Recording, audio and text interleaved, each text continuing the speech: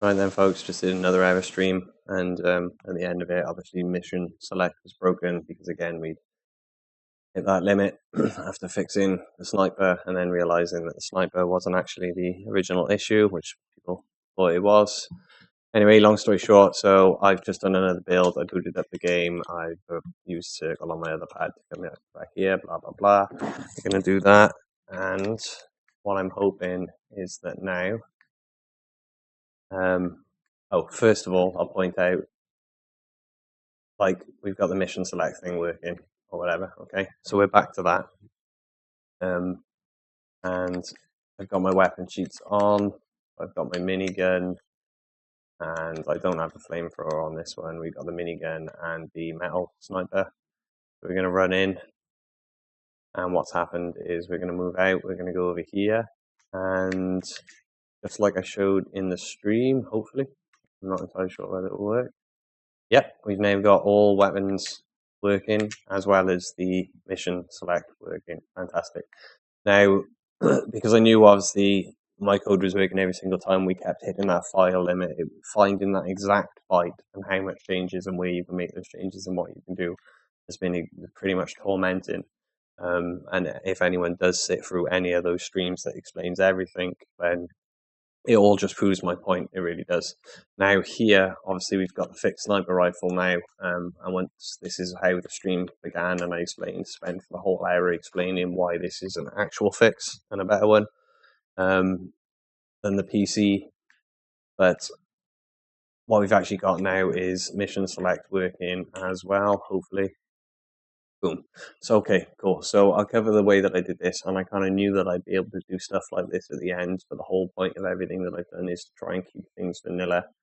And I'm just going to quickly go keep this so I don't cock it up. We're going to put all that in there. We're going to put that in there. And as you can see, I've called it no AUS. So if we run a comparison between these two, I'm hoping, I'll just do it on the other side of the screen because it might just CPU like a piece of as well. So here, there's normally a block of code that does an Australian check. Now again, I wanted to keep everything vanilla and just port it all and get it working, but unfortunately, because of that file limit, if I want to fix other things, it's not the case.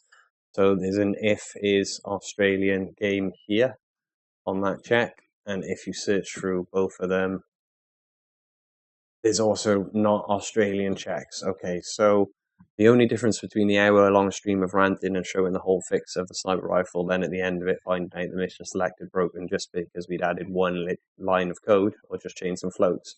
The save space I've removed the is off Australian game checks, but I've left in the not is game checks. So this entire block of code only really affects that thing. It removes all of those weapons, and then this one checks for that, and if so, it just cycles through all the weapons, and then you can remove all that. So you can see there's from 13160 there where it would normally end, and from the start 13025. So there's like 135 lines there or whatever that are saved from removing that, which is good, and that's actually quite a lot of cheats.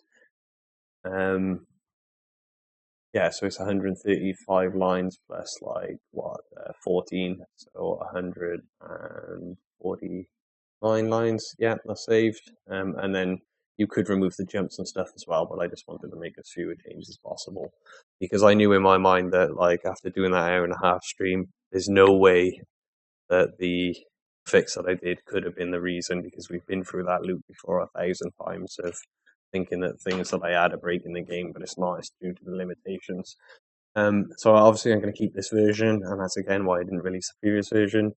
And now I'm just going to go through and double check any more of the is Australian games checks can obviously be removed. Left the last one in there because I knew we wouldn't have got to that point at that time. Someone will eventually need to play through the whole game to check it, and I'm from this moment on, because what I'm doing is technically a destructive process. However, for my version, like, this would never show as an Australian game or for some reason it is showing as an Australian game, and that's the version that I owned, and I just kind of never knew about it. But I'm pretty sure I've checked all the code for all the other files, and I'm assuming this is in all the other versions as well, which does make it superfluous code that's left in. Like, you would only need it if you're in that region. One of the things that it's going to do is, I'm hoping it's all just censorship stuff, which won't really matter.